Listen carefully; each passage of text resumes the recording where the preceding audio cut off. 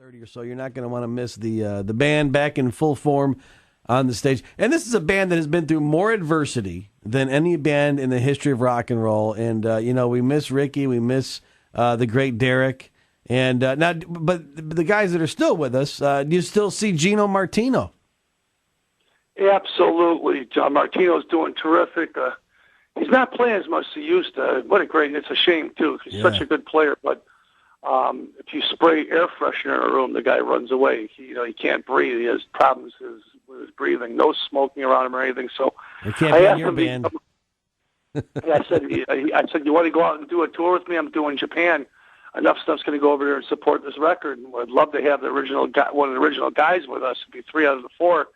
And he says, listen, I can't do it. There's too much smoke in the air. And I was like, you're kidding me. You're going to blow. And I thought we're only playing a few, 3,000 to 4,000 people a night. It's not going to be that bad. And he goes, are you crazy? I can't be around any smoke at all. Really? And so, that means he can't be on your tour bus, that's for sure. Yeah, so check mark, because there's not a chance that he's going to be able to travel on the bus. We're all smoking like chimneys. Now, I ran into your ex-wife at a, let me see here, at a Ted Nugent concert at Chicago Ridge a couple years ago. How's she doing? Oh, beautiful. You still talk to Michelle? I would certainly hope that she was doing well right now. Yeah. I don't really see anybody much because the last 3-4 months I've been out with Adler's Appetite, touring around the country.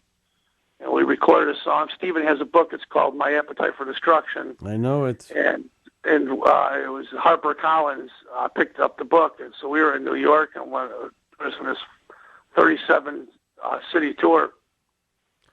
And we traveled around on a beautiful bus and played everywhere and did all the VH1. I seen Rick Krem and the guys at VH1. We did the metal show, Eddie Trunk, and Eddie Webb did his show and did Stern. And we really stayed busy. It gave us everybody a shot in the arm. Steven put together a really strong band. Yeah. He's got Alex Grassi from Quiet Riot and Michael Thomas from Faster Pussycat, along with myself and this kid named Rick Stitch, who was played in a very famous band in Canada. And we went out. We recorded. I had a girlfriend from there. Now let me ask you, Chip, because I've known you for over 25 years, and I love you dearly like a brother. But now everybody knows Chip. He's a pothead. So what? But you're a responsible individual. You're a responsible guy. You're a hard worker. You're a good businessman. But you end up with guys like Adler. That's got to be a lot of work. At any time, the wheels can fly off of an Adler, and we love him. He's a sweetheart. But are you in charge of keeping the wheels on the bus, so to speak? I don't know if I'm in charge of that's quite a big task right there. But being with Adler all the time, we get along fantastic. We really love each other a lot.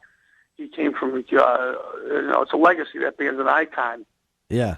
And I wasn't a huge Guns N' Roses fan until I started playing with Adler because I listened to his songs. I had to learn all that stuff. And I played the 20th anniversary with Guns N' Roses, and Duff came up, and he came up, and I admire those guys.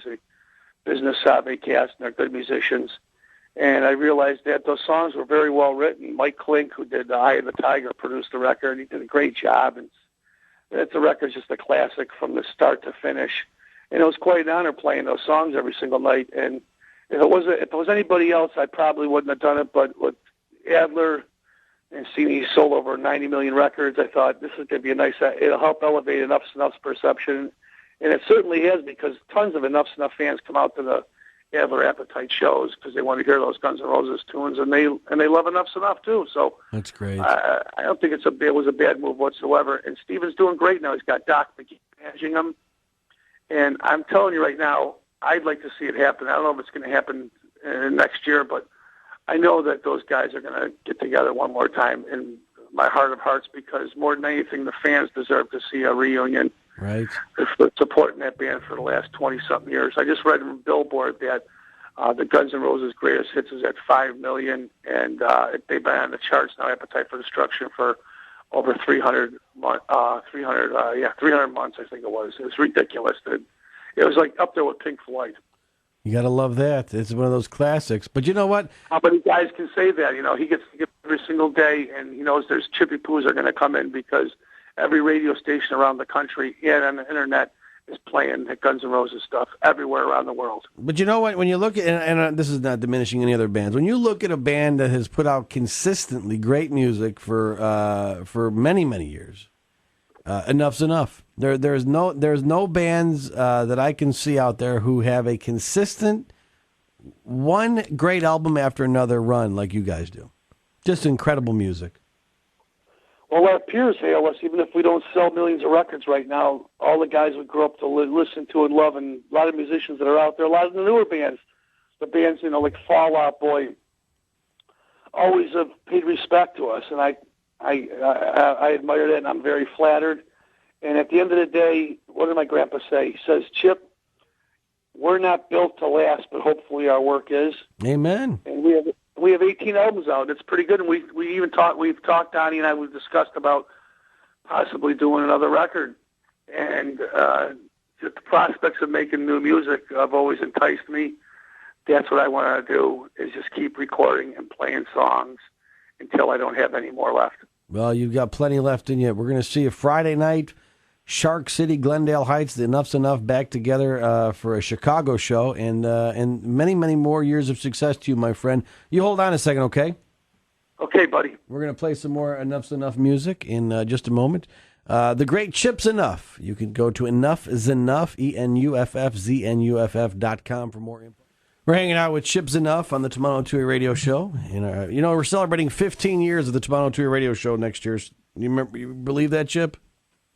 It's unbelievable. You guys, it's living testament. You two are terrific together. Well, thank you very much. We are indeed. We are, the show is the sum of its parts. I'll tell you, like Abbott and Costello. Yeah, a little bit. A little too much in my case. I'm a little too much Costello. Hey, I would, I saw, or you mentioned Howard Stern, and I remember Steve and I living in a 2-bedroom apartment in Wilmington, Illinois, and getting a phone call on our big answering machine.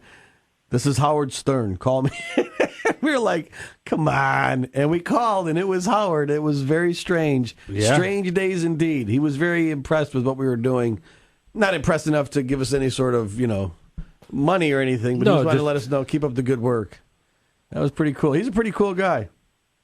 Yeah, we're in negotiation with them right now, doing our own radio show, Enuff Z'nuff radio show on. All right, now you got to let me be a guest on that. Steve and I are going to visit that, okay? I want to get you guys on with us. Are you kidding me? That'd be awesome. You guys have your own show. I want to pull you guys on where you have your own show too. That'd be fun stuff. The Z'nuff channel. I love it. We've often talked about the idea of you and Steven Adler doing a radio show together. Thought it'd be a great idea. The stories that would flow would go on for years. Yeah, and all the songs we would play, nothing but B-sides. There you go. This is the deep cuts. Very good. Just the deep cuts, and then have artists come in, almost like Daryl Hall's show on the internet, where bands come in or artists come in, and it's just like hanging out together, and you play a song or two on acoustic. It's great.